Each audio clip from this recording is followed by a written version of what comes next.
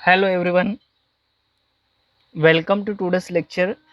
Dear student, जैसा कि हमने लास्ट लेक्चर में the portrait of a lady के कुछ क्वेश्चन किए थे, आज हम नेक्स्ट क्वेश्चन करेंगे।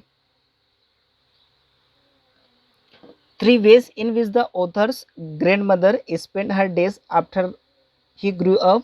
यहाँ पर हमें बताना है, वो 3 तरीके बताना है जिनके माध्यम से जो लेखक की दादी माँ थी वह अपने दिनों को बिताती थी लेखक के बड़े होने के बाद में।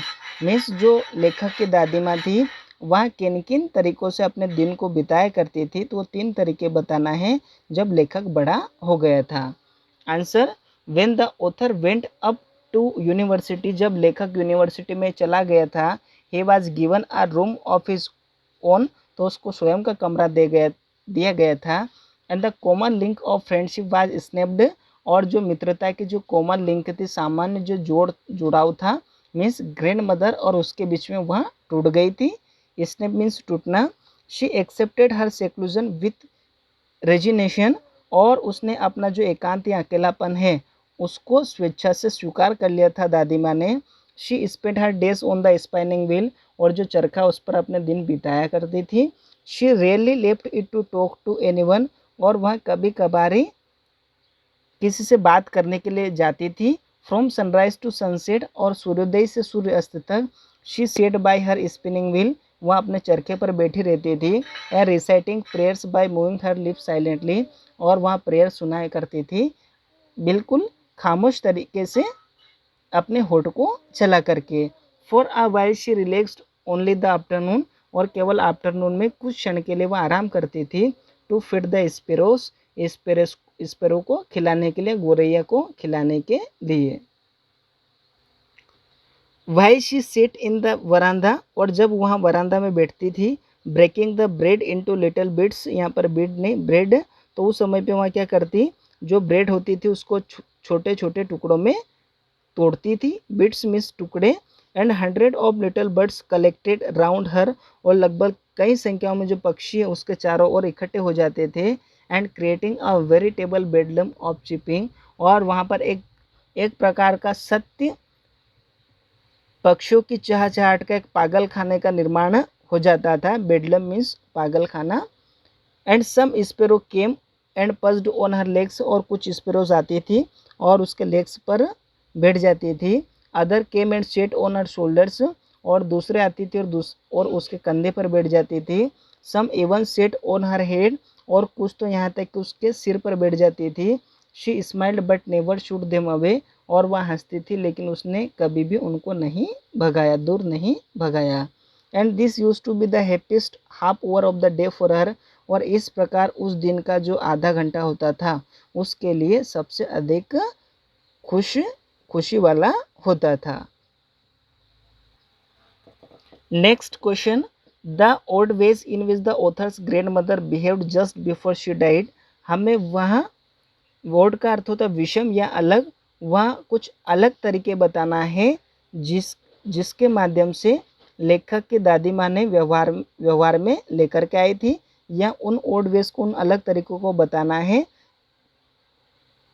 जो कि लेखक की दादी माँ ने अपने व्यवहार में लेकर के आई थी, या जिसको दादी माँ, लेखक की दादी माँ अपने व्यवहार में लेकर के आई थी जस्ट बिफोर शी डाइड, उसके मरने से पहले। मरने से पहले वह कौन कौन से ओल्ड वेज थे उनको हमें बताना है जो कि वह अपने व्यवहार में लेकर के आई थी। Answer, the grand mother become very happy, दादी माँ बहुत अधिक खुश हो गई थी। When her grandson return after completing his education from abroad, जब उसका जो ग्रैंडसन, जब उनका जो पोता है वह विदेश से अपनी शिक्षा कंप्लीट करके वापस आया था। That evening a change came over हर, और उस शाम को उसमें कुछ परिवर्तन आया था। शी डिड नॉट प्रे, उन्होंने प्रार्थना नहीं की थी। She collected the women of the neighbourhood, और उसने पड़ोस की महिलाओं को इकट्ठा किया था। गोट एन ओल्ड ड्रम, और एक पुराना ढोल प्राप्त किया। And saying the song of the home coming of warriors, और योद्धाओं के घर वापस आने के जो गीत होते हैं वो गाए। To celebrate her grandson's home coming, उसका जो ग्रैंडसन का घर वापस आने को सेलिब्रेट करने के लिए।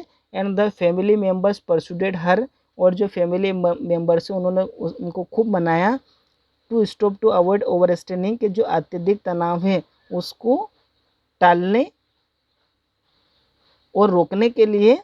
And that was the first time, और वहाँ पहला ऐसा समय था, since other had known her that she didn't pray, और वहाँ एक ऐसा समय था, पहला समय था जब लेखक को पता चला कि उन्होंने प्रार्थना नहीं की थी।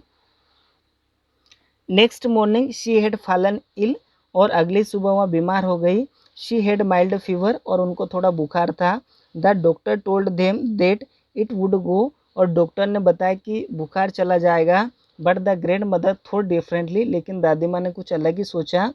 She told them that her and was near, और उन्होंने सोचा कि उनका बिल्कुल अंत पास में ही था। She said that only a few hours before the close of the first chapter of her life, और उन्होंने अपने जीवन का जो फर्स्ट चैप्टर था उसके बंद होने से पहले कुछ कहा था, बंद होने के कुछ घंटे पहले कहा था।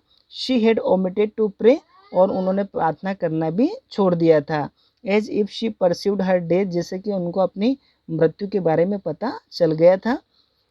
Now she was not going now she was not going to waste any time talking to anyone, अब वहाँ कोई भी समय बर्बाद करने नहीं जा रही थी किसी से बात करके। दो दे प्रोटेस्टेड, हालांकि उन्होंने विरोध किया, बट शी इग्नोर्ड, लेकिन उसने अनदेखा कर दिया। And she lay peacefully in the bed praying and telling the beads of a rosary, और वह बिल्कुल शांतिपूर्वक बेड में लुट गई और प्रार्थना करते हुए वहाँ माला की जो बीड्स हैं, जो पारे, उसको जपती रही। Even before they could suspect, और यहाँ तक कि वे कुछ शंका करते उससे पहले ही हर लिप्स स्टॉप्ड मूविंग, और उनके जो होठ है वह हिलना बंद हो गए। And the rosary fell from lifeless fingers, और जो रोजरी थी वह निर्जीव अंगुलियों से नीचे गिर गई थी। A peaceful pallor spread on her face, और उनके चेहरे पर एक पीलापन फैल गया था। शी वाज डेड, और वह डेड थी। Next question the way in which the sparrow express their sorrow when the author's grandmother died, यहाँ पर जो गोरैया थी उन्होंने किस प्रकार अपने दुख को व्यक्त किया था जब लेखक की दादी माँ मर गई थी, तो उसको हमें बताना है कि किस प्रकार स्पैरो ने अपने दुख को व्यक्त किया था।